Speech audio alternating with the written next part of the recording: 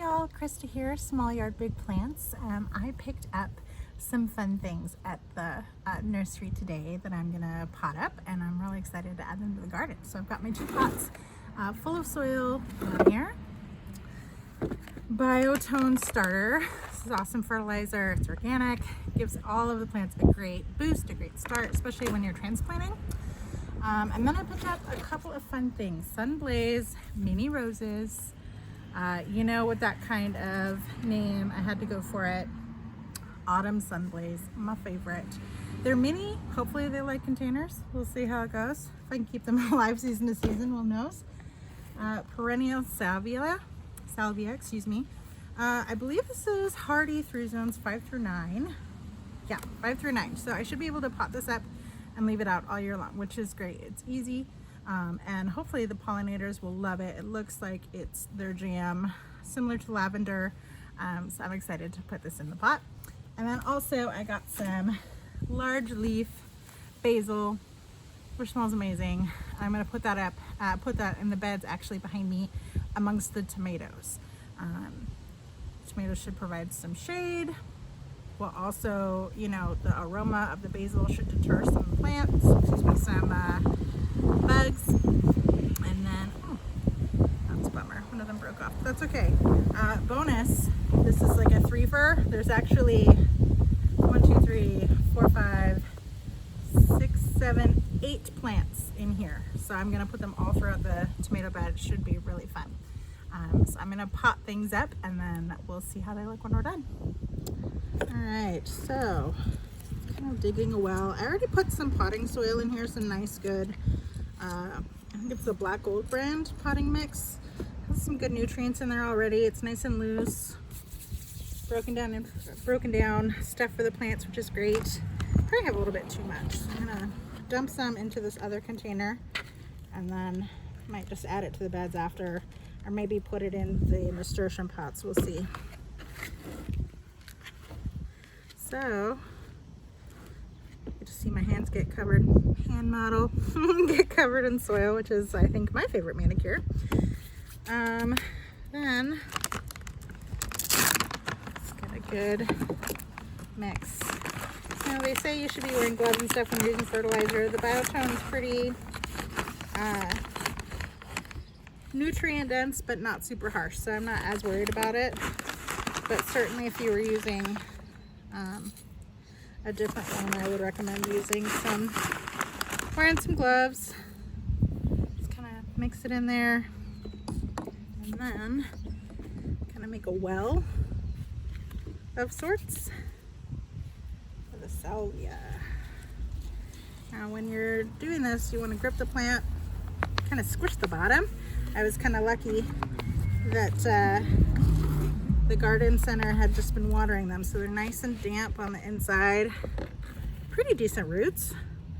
Just want to tease them a little bit. I'm not certain what salvia likes or doesn't like particularly, but I'm going to tease them up so they can kind of get nice and start finding some new moisture, new nutrients in their new home. Kind of push it down gently and backfill with the rest of this potting soil. Ideally you want to leave at least like an inch around the top so that when you water it, all of the water can absorb without having your soil, you know, bubble up and leave the pot. That's happened to me more times than I can count. It's not a huge deal when it happens, but you figure potting mix isn't super cheap. You don't want to waste it, so it's good to get it in there. Pushing around the crown. And it is a little bouncy, a little spongy, so I'm going to get some water in here. Water it in just a minute. And then, let's see here. It's probably pretty good. Put that one to the side. And then this one is for the roses now. This is an old pot. Should have cleaned it off, but whatever. I can do. Now this is a smaller pot for this type of variety. Like I said, I'm trying to do some smaller roses here. Maybe not quite as big of a commitment, but it looks like I have way too much soil in here, so I'm going to get another container to put some in. Maybe I'll just pot it into the salvia pot make some room for the root ball. I'm going to use the same Biotone Starter Plus that I use in all my plants when I'm transplanting them. Fruits, vegetables, floral, doesn't matter. It's all really good. This is a really decent fertilizer for all the things. Let's see. Give that a try. Okay, so you can see that I'm just kind of pushing down on the bottom. I'm gonna make a well again towards the bottom, quite a bit deeper than the last one. Put in some fertilizer. Espoma Organic Biotone, again, favorite. I highly recommend it.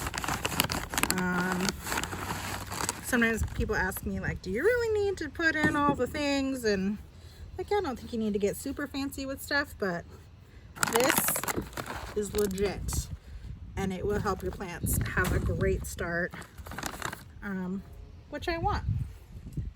I want them to enjoy their little plant lives while they're in my care. So with the rose, and just like the other things, I'm going to dump it over. It's in a big old bucket. It's a little bit harder to tease out, but there it comes.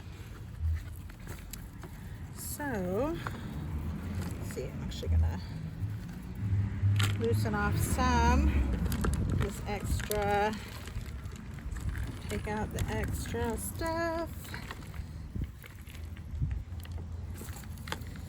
Okay, now let's see, I think from there we backfill. So I'm gonna kind of pour it back in the soil. Of course I'm gonna water this all in when I'm done.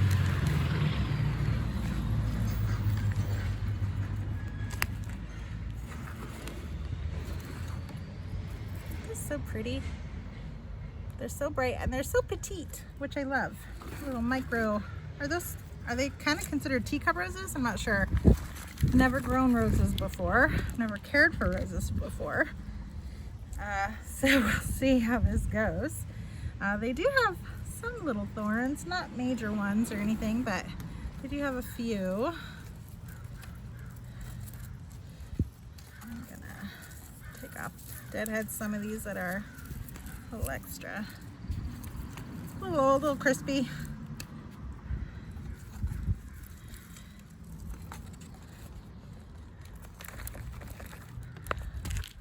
Spread the soil around again, and then I think I will put this one closest to the fence line so it can rest along the fence, have some extra support. Comment down below, do you, even for smaller like container roses, do you provide a trellis for those too? Let's see, Sun Living mini roses, great for containers. Size 12 by 15 inches, so yeah, not crazy big. Hardy 3 zones 5 and 11, we're 8B, I believe, here in Portland, in my area, so that's good. Shouldn't need to do a ton of care, you know, to overwinter them. They should be okay to just live outside. Turn it off later. Okay, so there's that and that. Made a proper mess on the table. That is how I like to do it. I'm gonna get some water. Whoops. And water these guys in and see how they look. Just add the water really gently. Everything nice and moist, but not overflow, because I did fill them pretty high. And I said to leave an inch, I sure didn't. That's okay. Got some space here. I'm gonna get the salvia nice and watered in. Hopefully with the salvia it'll kind of grow. Like I've noticed my rosemary has grown each season. I'm hoping salvia will do the same. Let that kind of sink in. Give each one kind of another good dose. Let the water sink in. This basil, I'm gonna get that watered too, even though it's going in the garden beds.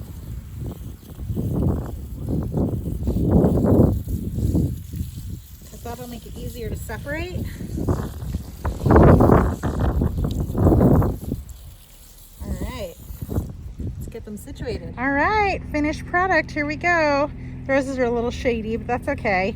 We've got the salvia right here, our lavender, which we've had for a few years, up at the top, and then the autumn blaze micro or mini rose right there. I did end up putting a little trellis thing right in the back just for some support, but it shouldn't get much bigger than that. Hopefully the bees and the butterflies love it. Please, pollinators, come visit my garden.